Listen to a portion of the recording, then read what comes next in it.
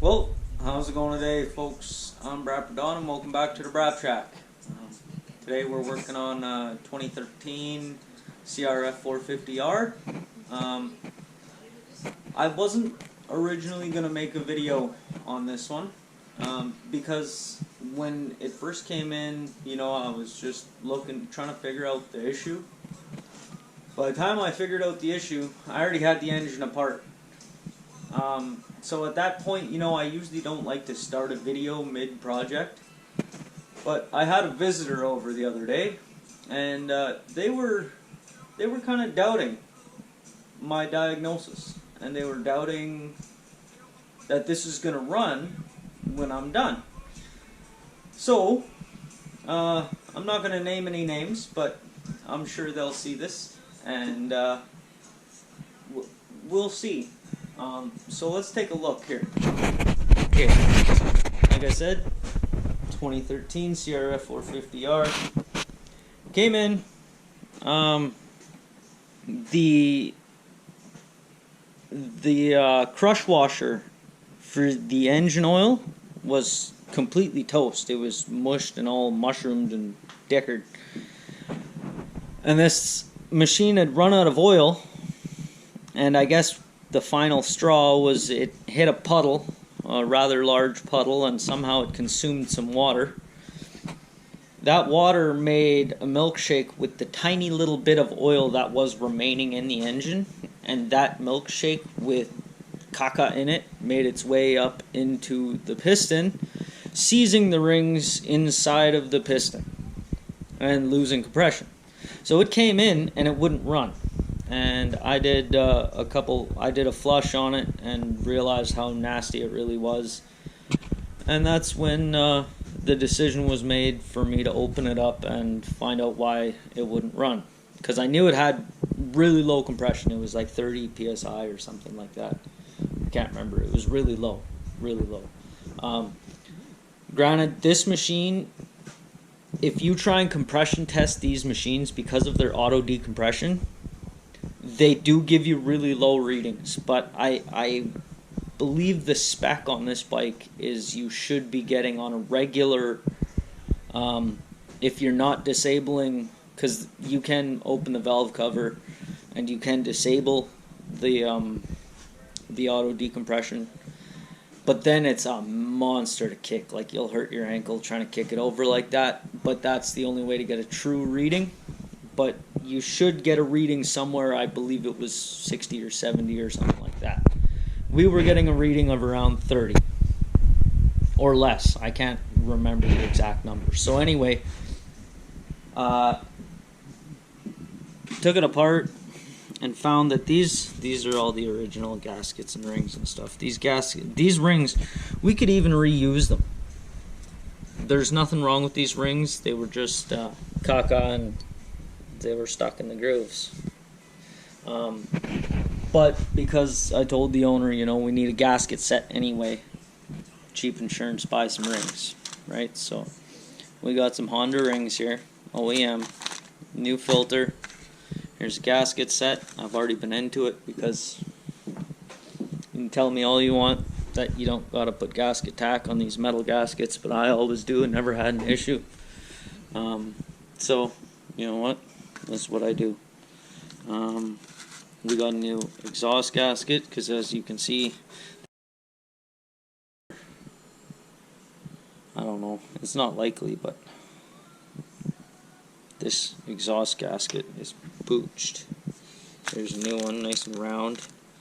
So we got all new gaskets, but I had a visitor over the other day, and he asked me what was the matter with this bike, and I told him the rings were stuck in the piston, so it lost compression. And he's telling me that that's not gonna happen.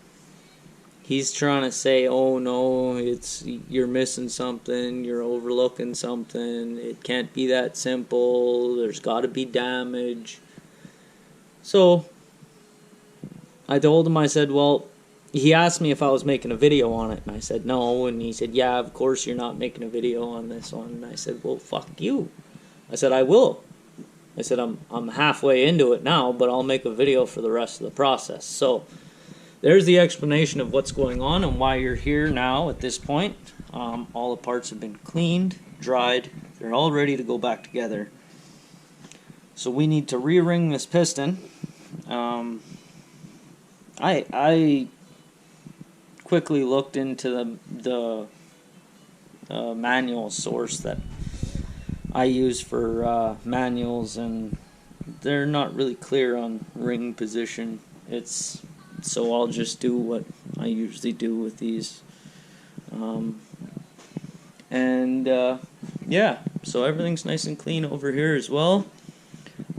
This machine, I've flushed this engine and transmission side both, and the crankcase chamber there. I've flushed it all over and over and over again until this is the result of the final flush. This one was from transmission. See how it's still a little bit cloudy? You can see, like, it's not, the camera's not really picking it up. It's not perfect, it's cloudy. This one too, this was engine side, and see, there's a cloud coming up. But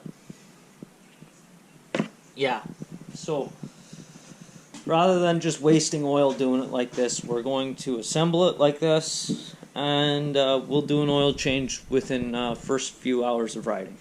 A couple hours maybe, and just do an oil change right out of the gate. So give me a moment. I'm going to get this camera set up. And we'll start putting some stuff together. We'll get this piston ringed. And okay, so we're going to check our end gap. Here's our spec. For our compression ring, we want 12 thousandths of an inch. For the oil rings, we want 28 thousandths of an inch.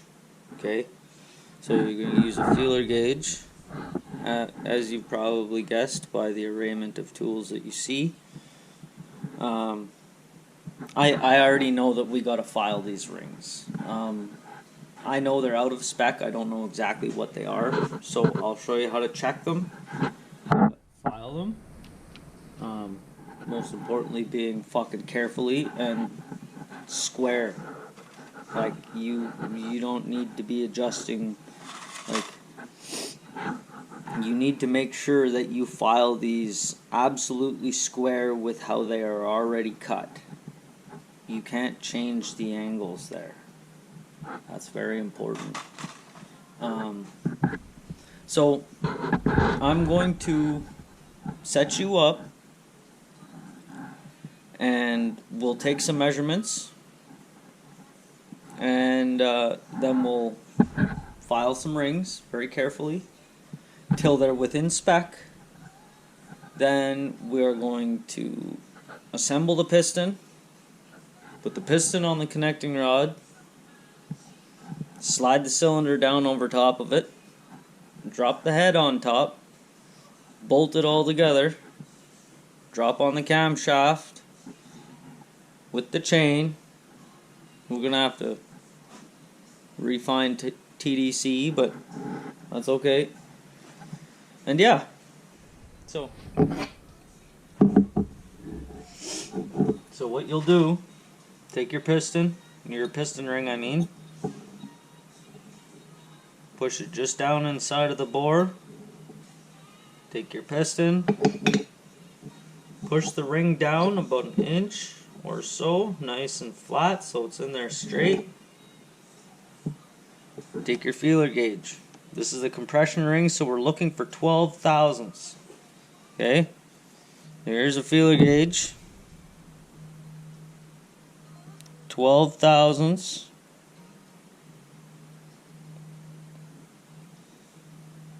Or 0.30 millimeters. Now here's a gap. You can tell just by looking at it that we don't have 12 thousandths there. So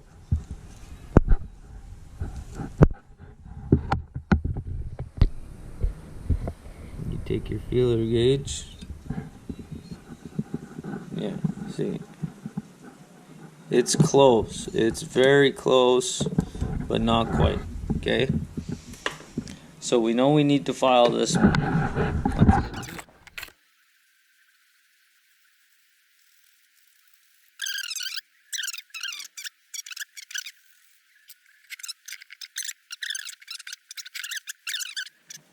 You know, just you're gonna feel like you're not even doing anything. Like this feels, these rings are hardened, right? So it feels like your file is just skating. It feels like you're not even doing anything. Like right here, it feels like, yeah, it feels like I'm not removing any material whatsoever. But you just have to know that you are. But the thing about ring gap is when your engine gets hot and everything starts expanding or contracting or whatever the fuck, whichever way, your ring is going to, the end gap gets smaller and smaller and smaller as everything gets hotter and hotter and hotter. And if your ring gap isn't large enough and the ends of your ring meet in the bore and things are still expanding or contracting, yeah, it'll seize up, it'll break rings, it'll gouge your pistons, it's just fucks everything up. And now I know things expand when they get colder and they contract when they get hotter. The reason why I say expand or contract or whatever is because we're talking about a gap getting smaller, so obviously something has to be expanding, even though, you see what I'm saying? Yes, I know things expand when they get cold. And they're supposed to shrink when they get hot. So I'm pretty sure what's actually happening is your cylinder shrinking up because of heat. And at some point your ring will bottom out and things are still shrinking. Too much pressure, everything goes to hell. So that is why I said expand or contract. I do understand how it works. It just seems weird. Because you would think, you know, if the ring is steel and the cylinder is steel and they're all getting hot together, that they would all move together, but it's not quite how it works.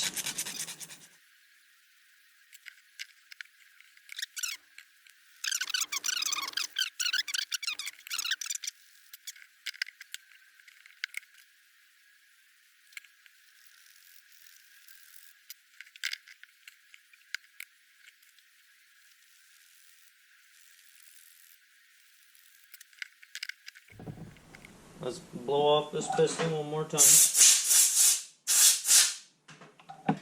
So, if your piston's not marked, the smaller two detents here, you can see how there's a bigger gap in between these two than these two. That means that these two are smaller, obviously.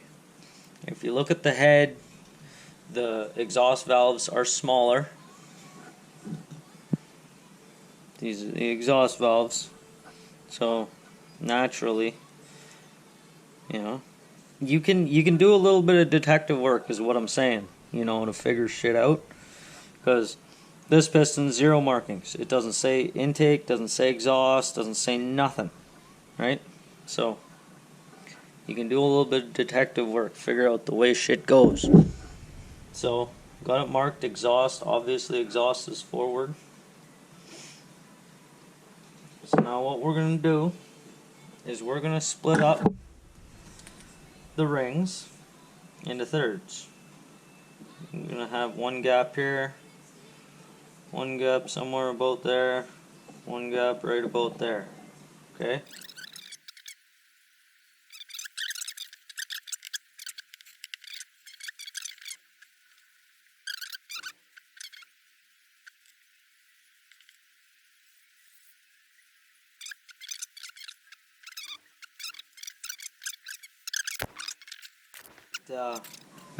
Here, I'll draw you a fucking picture. It's not just a rectangular ring. It's got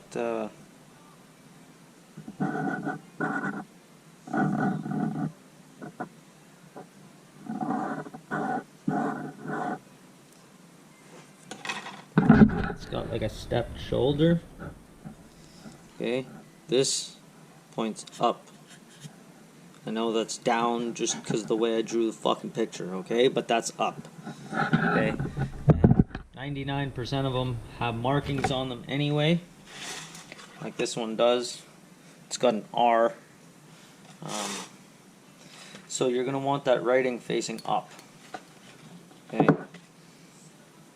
And we're going to put that, like I said, we're going to put that. Our oil rings end gap is 10 o'clock, 2 o'clock.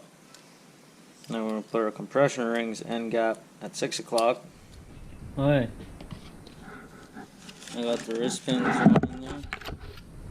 And there. So I got the wrist pin thrown in, you know, about to the point where it's just a little bit too far, as a matter of fact. You don't want it protruding into the center of itself any. Now, your wrist pin should slide very freely through the connecting rod.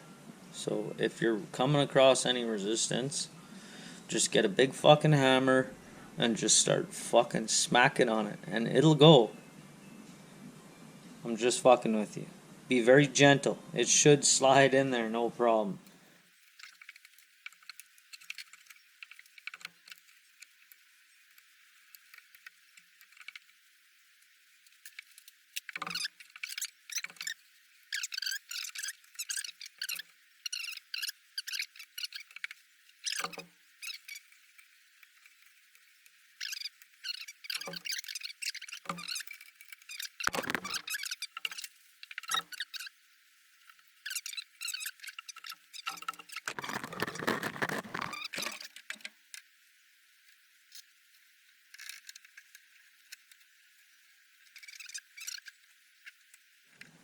Try not to spin things. And you're just going to want to go around and just compress the little rings a little bit with the tips of your fingers until they slide in the cylinder. And then down we go.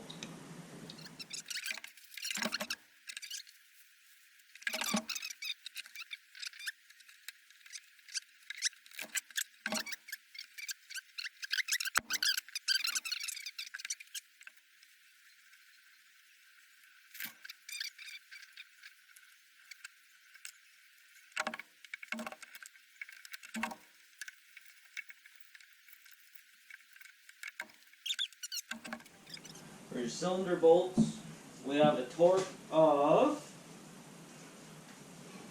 43 foot-pounds. So, okay, put a little dab of engine assembly lube on the bottom side of all the, and a drop on all the threads.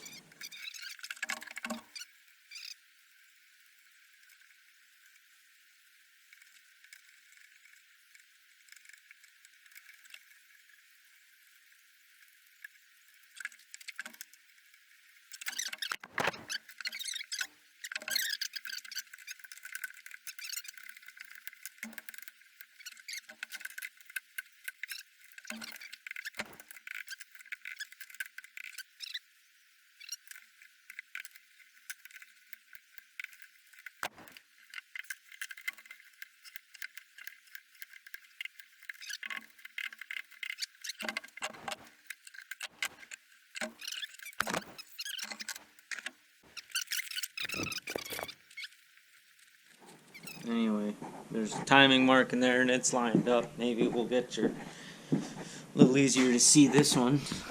See, there's an arrow right here on the side. That arrow lines up with a dot. See? Arrow and dot. So that means that the crank is at TDC. Now, whether you are at TDC intake or TDC compression depends on which way you have your lobes. And depending on which way your lobes are facing, that determines whether you're TDC intake or TDC exhaust. So, with the lobes pointing backwards, that's what we're shooting for. Okay? Now, don't forget, you've got these guys right here. Okay? So when you put the cam on there, these guys go on top of the bearing, and they go into these slots on the upper half. Okay? Don't forget about those. Now, we're going to really quick put a little bit of engine assembly lube just on the top of these guys. So now what we're going to do,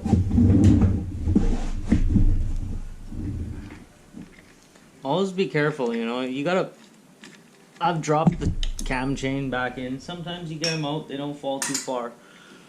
Sometimes it'll make you say many, many bad words.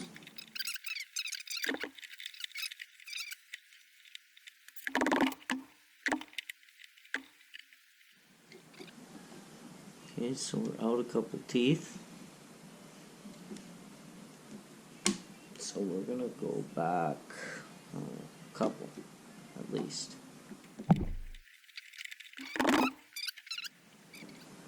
We went one too many. So let's go back the other way, one tooth.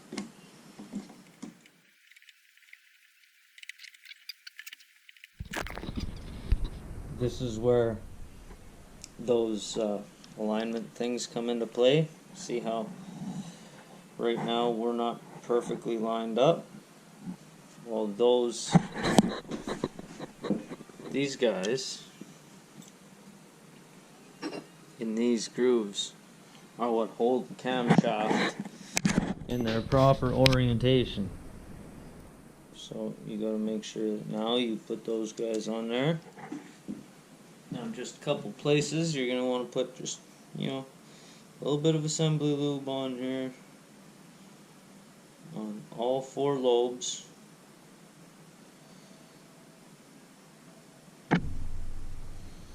Just like so. This shit's real sticky, so as soon as it rolls over, it'll be on everything. So you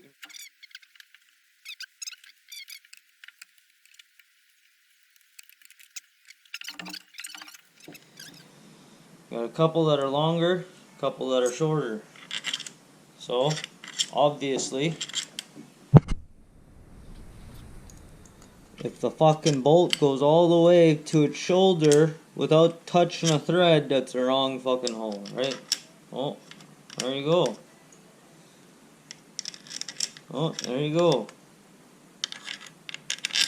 Fucking bam. Holy shit, we're good at this. These bolts here, they're 10 millimeter, and they're 10 foot-pounds.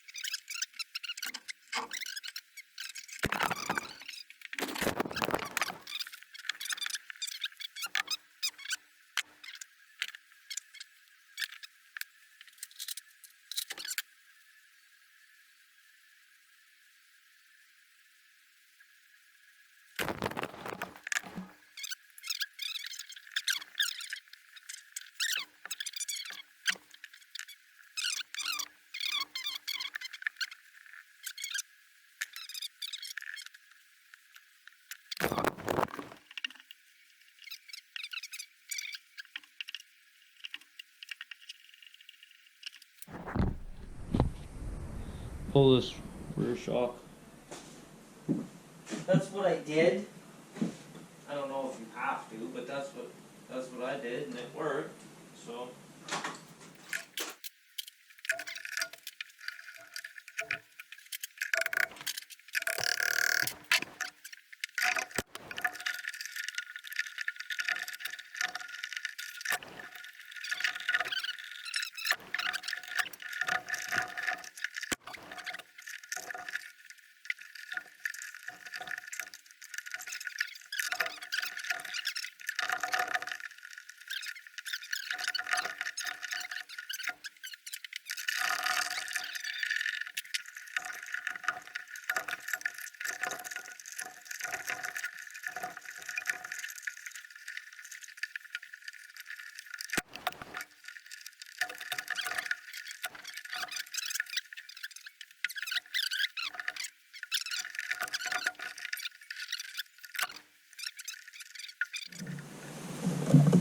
We still got quite a few connectors here, right? Not connected. You don't know where to go. If you think I know where to go, you're fucking kidding. I don't fucking know where to go. But we'll find out. I mean, it's just like a game, you know? And like, you win the game by taking it completely apart, putting it back together, and having no spare parts, and everything's still working better, or at least as good as before. That's the game, you know?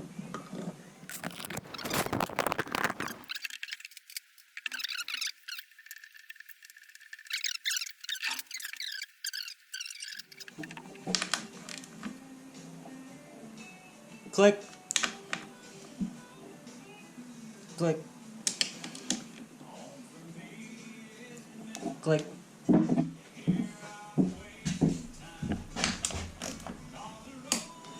Click. Click.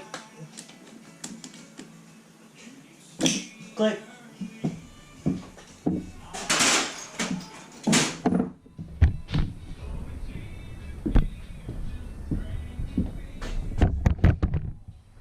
Remember, this guy's not tight. Remember?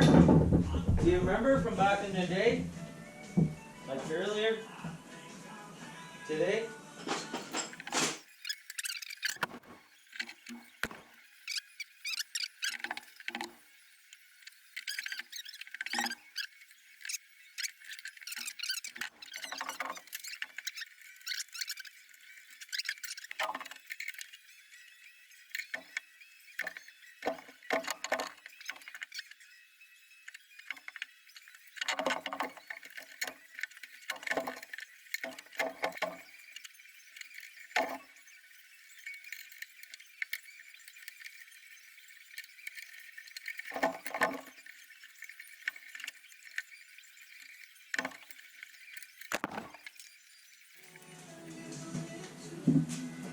We got new exhaust gasket. Here we go.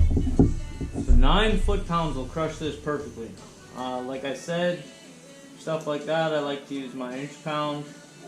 So you just, 9 times 12, so it's 108. So 108 inch-pounds. Okay? I don't know how the fuck this goes. It goes on the other side. Something like that.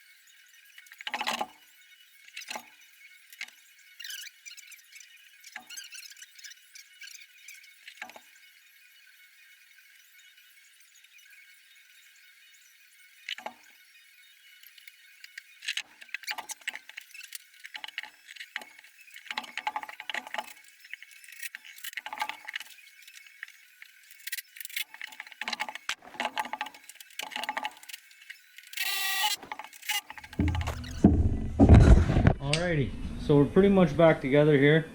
I'm gonna pick up some tools and shit from around on the floor, get this thing spun around, and then we'll see what happens. So just hang tight. Okay, so what we're gonna do here, Honda says, you know, go on level ground and put fucking oil in until it comes out of the wheat. But it also says you should do about 580 milliliters, cc's. So a lot of guys say that there's a little extra noise at that amount, and they go about 625. So that's what we're gonna do. We're gonna run her at 625. Now, you gotta add this oil real fucking slow. It's kind of annoying.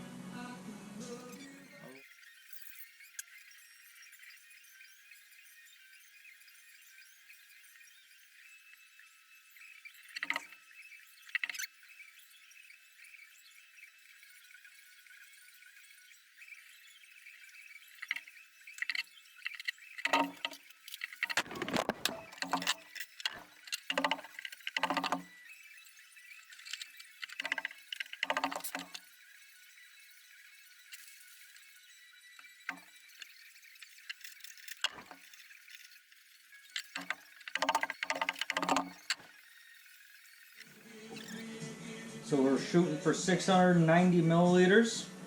Right here's 500.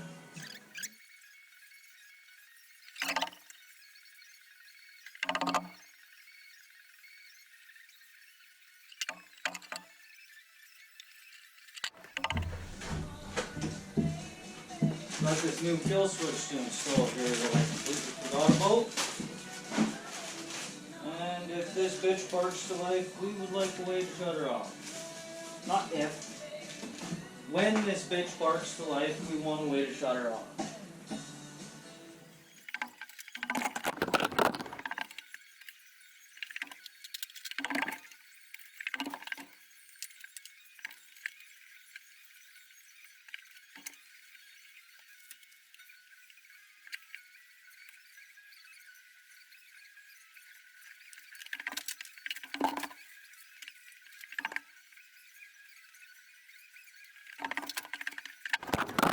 Okay, she's got no coolant in it yet, so if she barks, we're just gonna, you know, shut her down and yeah,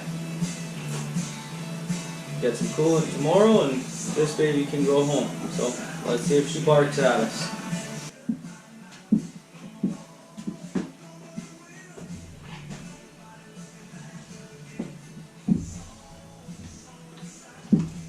So we got full choke.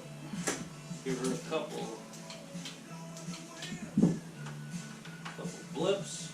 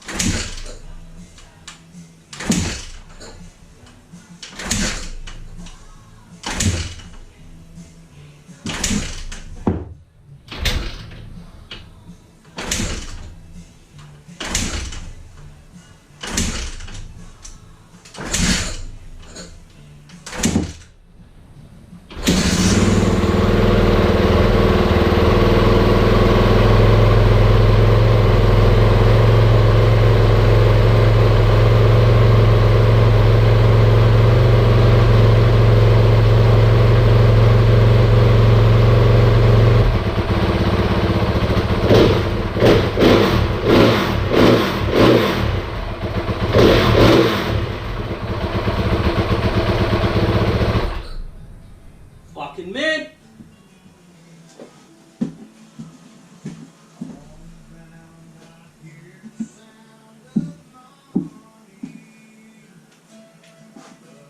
Fuck yeah. Well then. So she fired right up. Took a couple kicks, but that's what you can expect. Fuel system was completely evacuated. So tomorrow we got to get some coolant, drop some coolant in it, and then we'll run her up to temperature and get this high heat wrap to burn off, and whatever's on the head pipe there that was smoking a little bit, we'll get all that burnt off, and it'll go back to its owner. So for all the intents and purposes of this video, I fucking told you that was it, buddy. You know who you are. So the fact that she barked off means that we're done, because it was never an issue with the bike running good. The bike ran good until it stopped running. So it lost compression due to dirty oil, stick in the rings. That's all it takes. So we're going to run it up to temp tomorrow, and it'll go back to its owner. So yeah, that's going to be it for this one. Until next time, have a gooder, folks.